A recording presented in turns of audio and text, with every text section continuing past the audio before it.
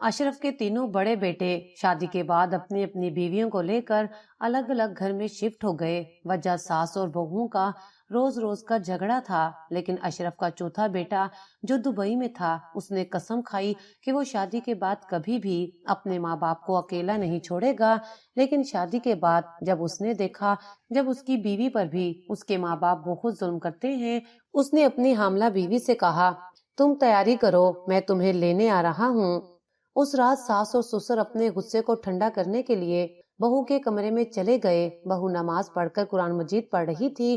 سسر نے بہو پر پیٹرول ڈال کر آگ لگا دی۔ وہ جلتی آگ میں اونچی اونچی آواز میں تلاوت کرنے لگی۔ اچانک ساس سسر کے پیروں تلے سے زمین نکل گئی۔ جب آسمان سے میں جو ہی گھر کے اندر داخل ہوئی تو میری مالکن، جنہیں میں باجی کہتی تھی، وہ غصے والی نگاہ سے مجھے دیکھتے ہوئے بولی، یہ وقت ہے تمہارا آنے کا، تمہیں پتا ہے کہ یہ شادی والا گھر ہے، یہاں کام کاج بہت زیادہ ہوگا اور میڈم بیگم بن کر دن 11 بجے تشریف لا رہی ہیں۔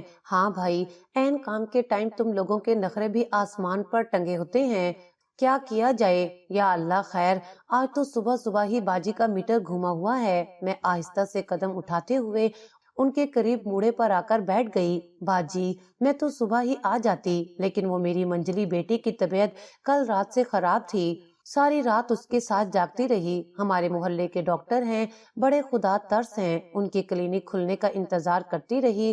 وہ صبح 11 بجے کلینک آتے ہیں تو بیٹی کی دوائی ان سے لے کر اسے گھر چھوڑا اور پھر سیدھی یہاں کے لیے نکلی ہوں تو وہ انتہائی گھورتی ہوئی نظروں سے مجھے دیکھ کر بولی، تو ہے ہی رانی، تم تو ایسے فکر مند ہو رہی ہو جیسے وہ تمہارا بیٹا ہے۔ اب بیٹیوں کے لیے کون اتنا پریشان ہوتا ہے، اتنا لڑکیوں کو سر نہ چڑھا اللہ کی بندی، کہ ذرا سا سر میں درد ہوا اور دوڑتی پھرو ڈاکٹروں کے پاس۔ بیٹا ہوتا تو پھر بھی کوئی بات تھی، بیٹیوں کے لیے اتنی بھاگ دوڑ کون کرتا ہے؟ ان کی بات سن کر مجھے جھرجھری سی آئی، بھلا بیماری کی حالت میں بھی بیٹے اور بیٹیوں میں فرق کیا جاتا ہے؟ باجی کے کاٹدار جملوں پر میرے دل میں بہت خفگی سی آئی، لیکن ظاہر ہے مالکن تھیں تو ان سے اس بات پر کیا الجھتی۔ لیکن ان کی بات پر میں افسردہ ہوتے ہوئے سوچنے لگی کہ یہ تو کوئی جانور ہی ہوگا جو ایسی سوچ رکھے، لیکن میں اپنے دل کی بات لبوں پر نہ لا سکی کیونکہ میری روزی روٹی ان کے گھر سے جڑی ہوئی تھی، اس لیے میں چپ کر کے اٹھ کھڑی ہوئی۔ مجھے اٹھتا دیکھ کر ان کے چھالیاں کتراتے ہاتھ ایک دم سے رک گئے۔ اندر ڈھیر برتنوں کا لگا ہے، وہ دھو لینا اور اس کے بعد صفائی کر کے ناشتہ بنانا، حکم صادر کر کے وہ پھر سے چھالیاں کترنے لگیں۔ ہائے اللہ، باجی دلہن بی بی کو ابھی تک ناشتہ نہیں دیا کیا؟ وہ تو انتظار میں بیٹھی ہوں گی۔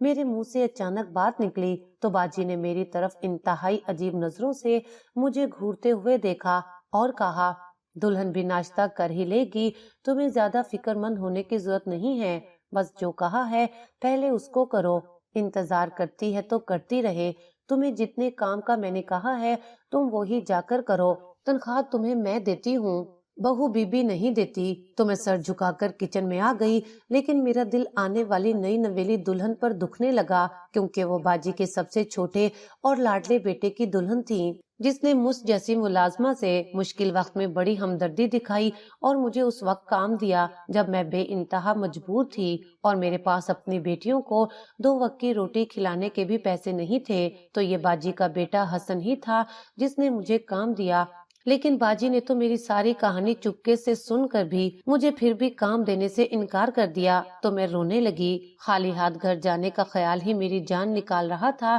میں بچیوں سے وعدہ کر کے نکلی تھی کہ آج ہر قیمت پر ان کے لیے روٹی لے کر آؤں گی، اور اس دن اگر حسن مجھے جاب نہ دیتا تو شاید میں خودکشی جیسے جرم کا ارتکاب کر چکی ہوتی۔ وقت تو گزر گیا لیکن مجھے حسن کا احسان نہ بھولا، یہی وجہ تھی کہ اس سے منسلک ہر رشتہ مجھے عزیز لگنے لگا تھا، اور جب وہ اپنی محبت کو بیاں کر گھر لایا تو مجھے ایسے لگا کہ جیسے میرے بیٹے کی بہو ہو۔ قدرتی طور پر اس کی بیوی سے مجھے انسیت سی ہو گئی تھی اور وہ مجھے پہلے دن سے ہی اچھی لگنے لگی تھی، اس لیے مجھے فکر ہوئی کہ دن 1 بجے تک وہ بیچاری بھوکھی بیٹھی ہوئی ہے اور اس نے ابھی تک ناشتہ نہیں کیا، لیکن ظاہر ہے میں یہاں ملازمہ تھی اور اپنی اوقات اچھی طرح سے جانتی تھی، اس لیے باجی کی مرضی کے بغیر تو نہیں چل سکتی تھی، ان کا حکم تو ہر حال میں ماننا ہی تھا۔ मैंने अपनी सोचों के यलगार से निकलकर फटाफट चूल्हे पर चाय का पानी चढ़ाया ही था कि अचानक सहन से आने वाली आवाजों पर मेरे कान खड़े हो गए। किचन की खिड़की सहन में खुलती थी और सहन में रखा तक पोश पर बाजी किसी से इंतहाई बेजार लहजे में बात कर रही थी। मैंने खिड़की से झांक कर देखा तो दुल्हन की माँ और बहनें नाश्ता लेकर खड़ी मुझे दिखाई दी और बाजी उन्हें बिठाने की बजाय इंतहाई बेरहमी के साथ उन्हें बातें सुनाते हुए कहने लगी कि आपके यहाँ क्या नाश्ता दिन के 1 बजे आता है, सुबह से इंतजार कर रहे हैं कि अभी नाश्ता लेकर आएंगे और ये टाइम हो गया है। और दुल्हन की वालदा, जो मुझे काफी बुर्दबाद लगी, इंतहाई नर्म लहजे में बताने लगी कि सड़कों पर हड़ताल थी, बड़ी मुश्किल से हम निकल कर आए हैं, घंटा तो रिक्शा सड़क पर ही खड़ा रहा। सच पूछो तो अगर आपने फोन ना किया होता तो हम आधे रास्ते से ही वापस चले जाते। हाँ भाई, फोन तो मैंने इसलिए किया है कि जाहिर है आस पड़ोस से लोग आते हैं, पूछते हैं कि भाई किधर है दुल्हन की माँ, बहनें अभी तक नाश्ता लेकर नहीं आई, तो जाहिर है लोगों को ये कहने का मौका तो नहीं दे सकते ना हम लोग कि किस टटपूंजिये के घर से ब्याह कर लाई हैं कि अभी तक उन्हें रीत रिवाजों का कुछ इल्म ही नहीं। बाजी की बातों पर दुल्हन की वालदा खामोश हो गईं। वो अब तक खड़ी थीं, लेकिन बाजी ने उन्हें बैठने तक का नहीं कहा था। उन्होंने नाश्ता बाजी के करीब ही तक पोश पर रखा ही था कि हसन बाहर से नाश्ता लेकर आ गया और अपनी सास से इंतहाई खुश इखलाकी से पेश आया और फिर उन्हें लेकर अपने कमरे में चला गया। तो बाजी मुंह ही मुंह में बड़बड़ाने लगी कि पूरा टब्बर ही उनको चलत्तर लगता है। तौबा है भाई, वो नागवारी से बोली तो मैं दिल ही दिल में तौबा करने लगी कि किस किस्म की औरत है ये। पहले अपने बेटे को अरमानों से ब्याने का चाव था, अब जब बहू को आए हुए फकत एक रात ही हुई है तो उसके मिजाज का आलम देखो कि इंसान को इंसान ही नहीं समझ रही। अल्लाह ने इसे बेटे क्या दे दिए कि ये बेटी वालों को कोई इज्जत ही नहीं देती। उनका गरूर तो सातवें आसमान पर जा चढ़ा है। मुझे अक्सर बाजी की ये बातें बहुत बुरी लगती थीं, क्योंकि मैं खुद 6 बेटियों की माँ थी और बाजी की बेटों को लेकर गरूर से भरी बातें सुनकर मेरे दिल को हौल आता था। इसलिए मैं कोशिश कर रही थी कि मैं 1-2 और घरों का काम पकड़ूं, क्योंकि सारा दिन इनके साथ गुजारना अब मेरे बस की बात नहीं थी। लेकिन आप तो जानते हैं कि यहाँ पर काम मिलना इतना आसान नहीं है, इसलिए बाजी के पास मेरी जॉब एक मजबूरी का सौदा बन गई थी। चूंकि ये तनख्वाह बाकियों की निस्बत जरा अच्छी देती थी, इसलिए मैं चुपचाप उनकी कड़वी कसीली बातें सुनकर भी यहाँ काम करने के लिए खुद को हर दिन तैयार करती, ताकि मेरे घर का दाल दलिया चलता रहे और मेरी बच्चियों को भूखा ना सोना पड़े। ये भूख भी बड़ी जालिम चीज है, ये एक इंसान को दूसरे इंसान के सामने झुका डालती है। मैं कोई हमेशा से काम करने वाली औरत नहीं थी, मेरा भी घर बार था और मैं अपने घर में एक मालकिन की तरह जिंदगी गुजार रही थी। लेकिन मुकद्दर के लिखे कहाँ टलते हैं, सो मेरा मुकद्दर भी मुझे मालकिन के तख्त से उतार कर अपने ही जैसे इंसानों के दर पर ले आया, जहाँ मुझे इन मालकिन बनी औरतों के आगे सर झुकाकर काम करना पड़ता। जाने क्यों आज बाजी का रवैया मुझे कुछ ज्यादा ही महसूस हुआ। बातें तो वो पहले भी इतनी ही कड़वी कसीली करती रहती थी, लेकिन पता नहीं क्यों मेरी बेटी का जिक्र उन्होंने जिस अंदाज में किया, उसने मेरा दिल दुखा दिया। मेरे सारे जख्म हरे से हो गए थे। मैं ये सोचने पर मजबूर हो गई कि मैं तो थोड़ी देर के लिए आई हूँ और फिर शाम को वापस चली जाती हूँ, लेकिन ये बदनसीब जो अंदर इनकी बहू बनकर आ गई है, ये कैसे इनके साथ गुजारा करेगी।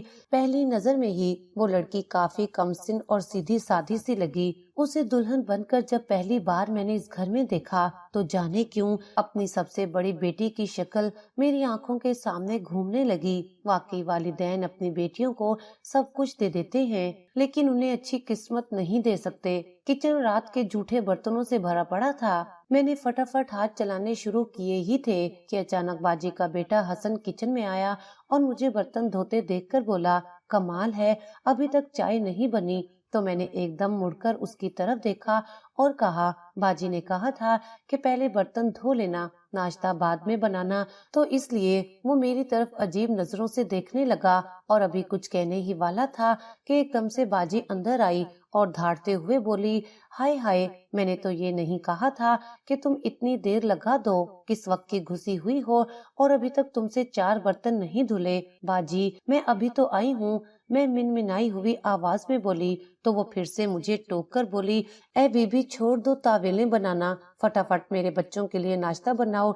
एक तो आई लेट हो और ऊपर से तुम्हारी वजाहतें खत्म होने का नाम ही नहीं लेती। बस जरा सा इन्हें छूट दे दो तो ये तो सर पर ही चढ़ जाती हैं। बाजी जितने गुस्से से बोलती हुई आई थी उतने ही गुस्से से बोलती हुई दोबारा किचन से निकल गईं। तो मैं अपना सा मुंह लेकर खड़ी हो गई। इतने में हसन ने शायद ये बात महसूस कर ली थी कि मुझे बुरा लगा है, तो वो एकदम से मुझे हौसला देते हुए बोला, अम्मी की बात का बुरा ना मनाया करें। अच्छा ये नान चने आप प्लेट में डालकर ले आएं और चाय की जगह दूध पत्ती बनाकर जल्दी से कमरे में ले आएं। न जाने वो क्या सोचते होंगे कि अब तक हमारे घर में नाश्ता ही नहीं बना।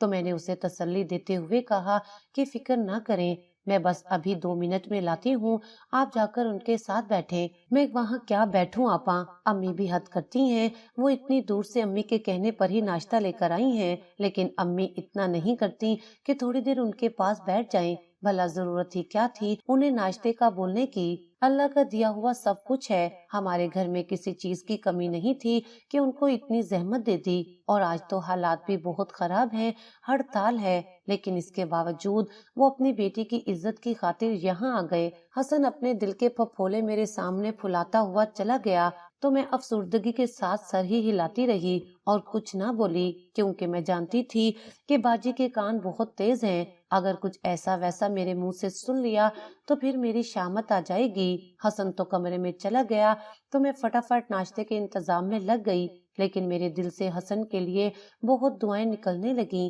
कि उसे अपनी सास की तकलीफ का कितना एहसास है। वो था ही हीरा लड़का, उसने हमेशा घर में काम करने वालों का भी हद दर्जा ख्याल रखा।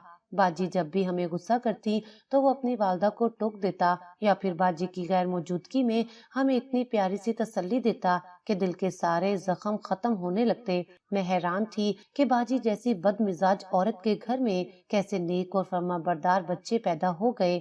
हसन दुबई में काम करता था और शादी के लिए वो पाकिस्तान आया था। मुझे बाजी के घर काम करते हुए तकरीबन 1 साल होने को आया था। इस दौरान हसन सिर्फ 2 बार दुबई से पाकिस्तान आया। वो अपने बाकी भाइयों की निस्बत बहुत अच्छा कमाता था, लेकिन उसमें इंसानियत और आजिज़ी कूट कूट कर भरी हुई थी। वो अपने घर के मुलाजिमीन का बहुत ज्यादा ख्याल रखता था।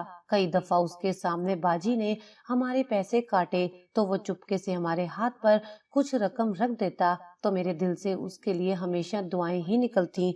बाजी के बाकी बेटे भी थे, लेकिन हसन उनमें सबसे अलग था, नरम खो और दूसरों का ख्याल रखने वाला। अक्सर हसन को देखकर मैं सोचती कि खुदा जाने ये किस पर चला गया है, क्योंकि बाजी और उनके शोहर तो हर वक्त गुस्से से भरे ही रहते थे। यही वजह थी कि बाजी के दूसरे बेटे अपनी बीवियों को लेकर अलग हो गए थे, क्योंकि बाजी जिस तरह बात बे बात बहुओं के अंदर से कीड़े निकालने का फन जानती थी, उन्हें बर्दाश्त करना आजकल की लड़कियों के बस की बात नहीं थी। इसलिए महीने के अंदर अंदर उनकी बहुएं शादी के बाद उनसे अलग हो गईं, जिसका बाजी को बहुत गुस्सा था।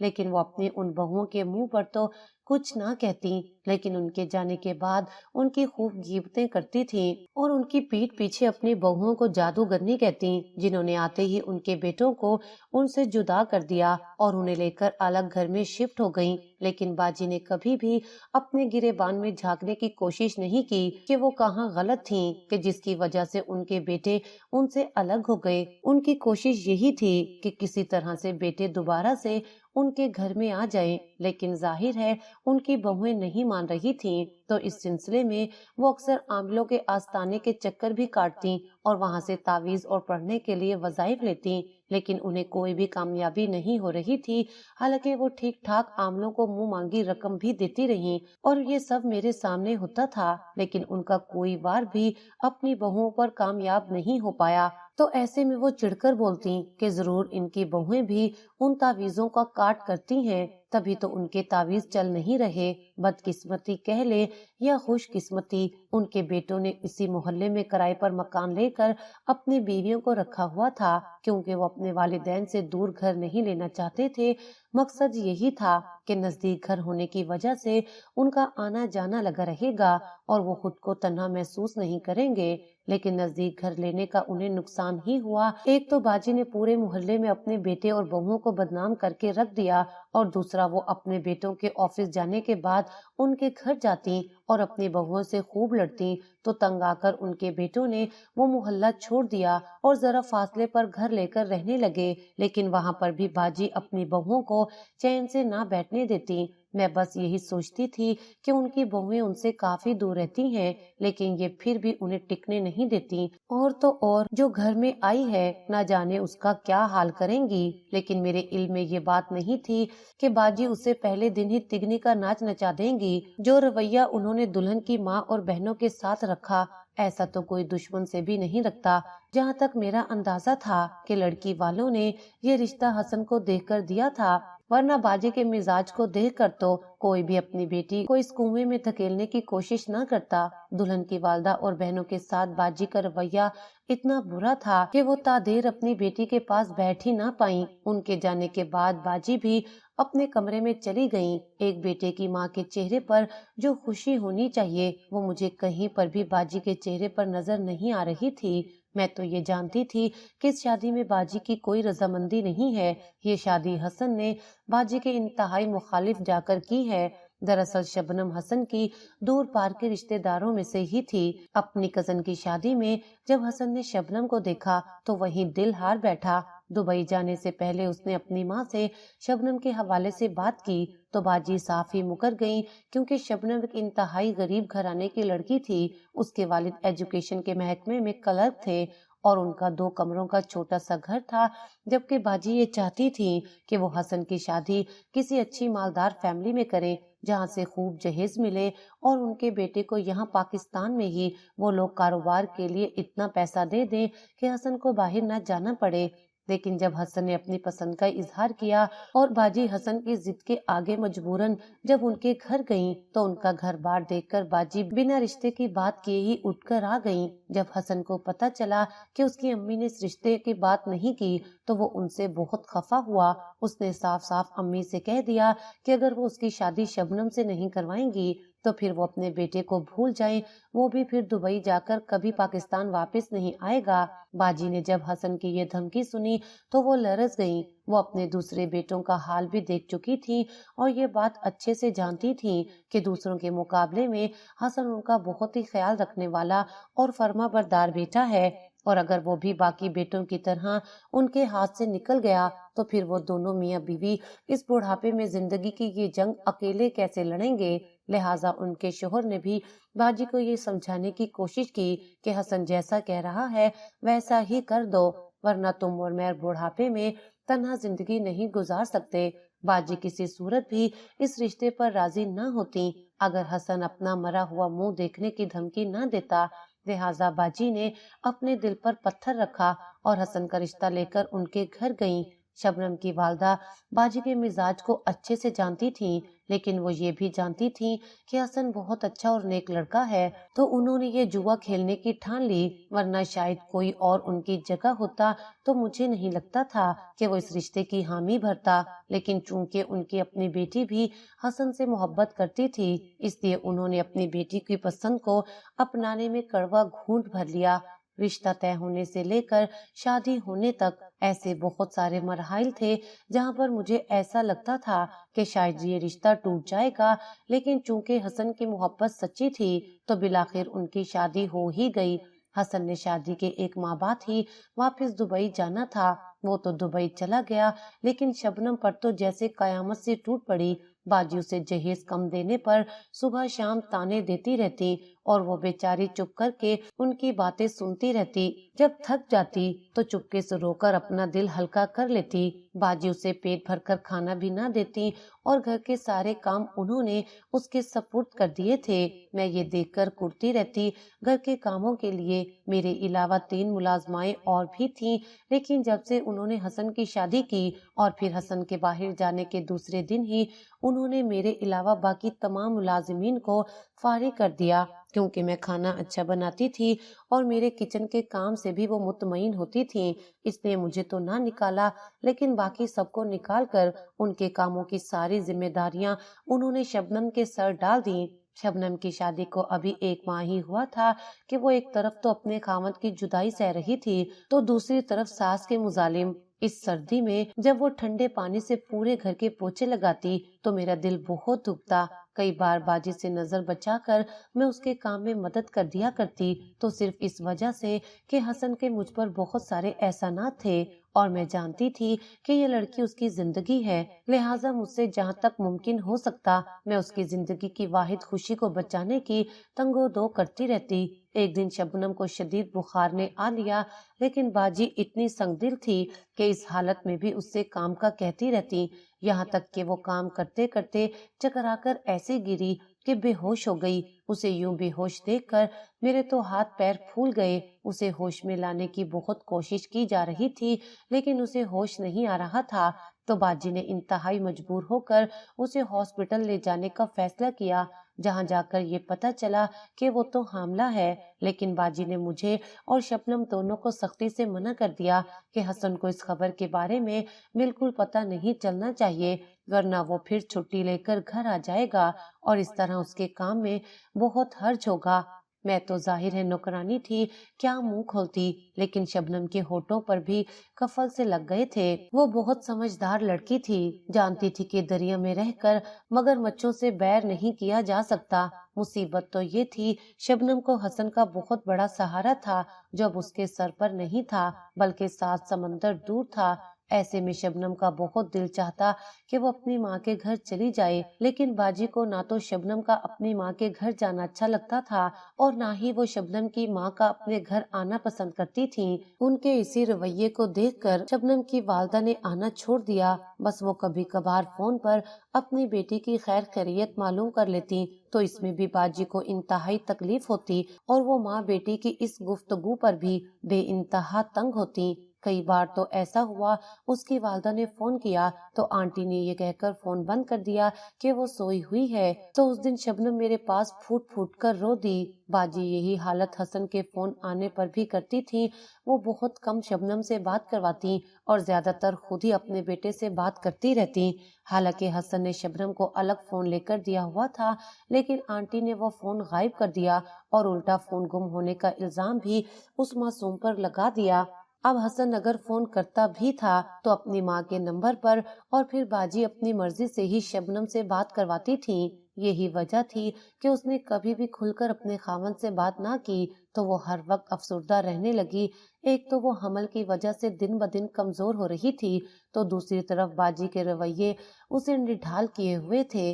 वो उसे हर वक्त इस बात का प्रेशर भी देने लग गई कि हमारे खानदान में लड़के ही पैदा होते हैं, इसलिए कोशिश करना कि मेरे हसन का पहला बेटा ही हो, वरना औलादे नरीना के लिए हसन की दूसरी शादी करवानी पड़ेगी। जब से बाजी ने शबनम को ये धमकी दी थी, उसके आंसू ही थमने का नाम नहीं लेते थे। मेरा बहुत दिल चाहता था कि मैं इस प्रेमी जोड़े को किसी तरह से बचा लूं। कई दफा कोशिश की कि हसन को सारी सूरत हाल बताकर उसे कहूं कि अपनी बीवी को आकर यहाँ से ले जाओ, वरना वो घुल घुल कर मर जाएगी। शायद कबूलियत की कोई घड़ी थी कि मेरी दुआ कबूल हो गई। एक दिन बाजी अपना मोबाइल कमरे में भूलकर बाजार चली गई, तो हसन का फोन आ गया। तो मैंने फौरन कॉल पिक की। वो मेरी आवाज सुनकर चहकने लगा, तो मैंने एकदम उसे बताया कि मैं तो रजिया बात कर रही हूँ। तो वो बड़ा हैरान हुआ कि आपकी और शबनम की आवाज तो बहुत मिलती है। मुझे तो ऐसा लगा कि जैसे शबनम बोल रही है, तो मुझे उसकी बात सुनकर जोर से हंसी आ गई। फिर मैंने फौरन जाकर मोबाइल शबनम के हवाले किया और इशारे से उसे कहा कि वो अपनी प्रेगनेंसी के बारे में हसन को सारी बात सच सच बता दे, वरना अगर उसे किसी और के जरिए पता चला तो उसे बहुत दुख होगा। लेकिन बदकिस्मती ये ठहरी कि वो भी बात कर ही रही थी कि बाजी आ गई और उसने डरकर फोन बंद कर दिया। मैंने इशारे में पूछा कि तुमने उससे बात की, तो उसकी आंखों में मोटे मोटे आंसू देखकर मैं समझ गई कि वो बात नहीं कर पाई। शबनम का अभी 5वां महीना था कि बाजी उसे जबरदस्ती हॉस्पिटल ले गई, ये जांच करवाने के लिए कि आया उसके बतन में लड़का है या लड़की। और जब उन्हें पता चला कि शबनम एक बेटी की मां बनने वाली है, तो बाजी गुस्से से उसे वहीं छोड़कर घर आ गई। शबनम के पास इतने पैसे भी नहीं थे कि वो टैक्सी लेकर घर आ जाती। وہ پیدل بڑی مشکل سے گھر پہنچی تو باجی نے پورا گھر سر پر اٹھا رکھا تھا. پھر انہوں نے شبنم سے ایسی بات کی کہ اس کے پیروں تلے سے زمین نکل گئی. باجی نے اسے ابورشن کروانے کا کہا تو شبنم خوف زدہ ہو گئی. اسی دوران اللہ کا کرنا ایسا ہوا کہ حسن نے فون پر بتایا کہ وہ پاکستان آ رہا ہے تو باجی کو لگا کہ شبنم نے اسے فون کر کے بلایا ہے. وہ آندھی طوفان کی طرح شبنم کے کمرے میں گئیں اور اسے بالوں سے پکڑ کر پورے کمرے میں گھسیٹتی رہیں اور پھر اسے اتنا مارا کہ وہ ادمئی ہو کر بے ہوش ہو گئی. میں نے بڑی مشکل سے باجی کو شبنم سے دور کیا. اس دوران میں خود بھی زخمی ہو گئی.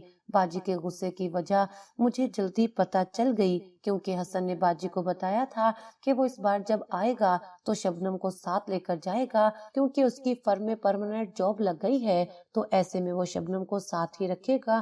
اور جب سے یہ بات باجی کو پتہ چلی تو ان کا غصہ آسمان سے باتیں کرنے لگ گیا. وہ تانے دیتے ہوئے شبنم کو کہتی کہ یہ کلر کی بچی 2 جوڑے لانے والی اب دبئی کی ہوا کھائے گی لیکن میں اسے اس قابل نہیں چھوڑوں گی کہ یہ وہاں جا سکے. باجی کی بات سن کر میں ڈر سی گئی کیونکہ یہ کھلی دھمکی تھی. میں نے چپکے سے شبنم کو کہا کہ وہ اپنی ماں کے گھر چلی جائے, جب حسن آئے گا تو اس کے ساتھ واپس آ جائے, لیکن اس نے میری بات نہ مانی. لیکن باجی نے جو کہا وہ انہوں نے کر دکھایا تھا. انہوں نے حسن کے آنے سے پہلے اس لڑکی کی زندگی کا چراغ ہی گل کر دیا.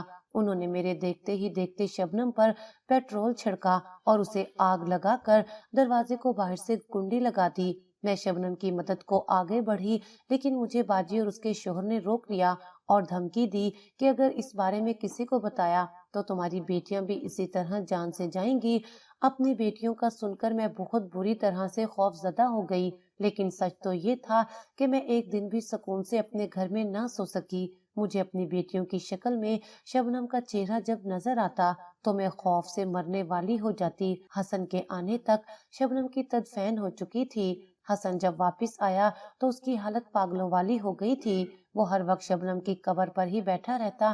ایک دن وہ بری طرح سے چونک گیا کیونکہ شبنم کی قبر سے آوازیں آ رہی تھیں اور یہ آواز صرف حسن نے نہیں بلکہ قبرستان میں موجود کئی لوگوں نے سنی اور قبر کے قریب ہی انہیں ایک ٹیپ ریکارڈر ملا. اتنے میں کسی نے پولیس کو بھی خبر دے دی تو پولیس نے ٹیپ ریکارڈر کو اپنے قبضے میں لے کر جب اس پر تحقیق کی تو سب دنگ رہ گئے کیونکہ اس ٹیپ ریکارڈر میں اس وقت کے حادثے کی تمام آوازیں ریکارڈ ہو چکی تھیں جس میں شبنم اپنی زندگی کی دہائی دیتے ہوئے اپنے ساس سسر کو پیٹرول چھڑک کر آگ لگانے سے منع کر رہی تھی, منتیں کر رہی تھی, رو رہی تھی اور اس کے ساس سسر اس پر چیخ رہے تھے. ساس کی باقاعدہ آواز ریکارڈ تھی, میں نے پیٹرول چھڑک دیا ہے. حسن کے ابا اب آپ تیلی لگائیں تاکہ یہ جل کر یہیں مر جائے. اور پھر جو ہی تیلی پھینکی گئی تو آگ بھڑکنے کی آواز بھی ٹیپ ریکارڈر میں ریکارڈ ہو گئی.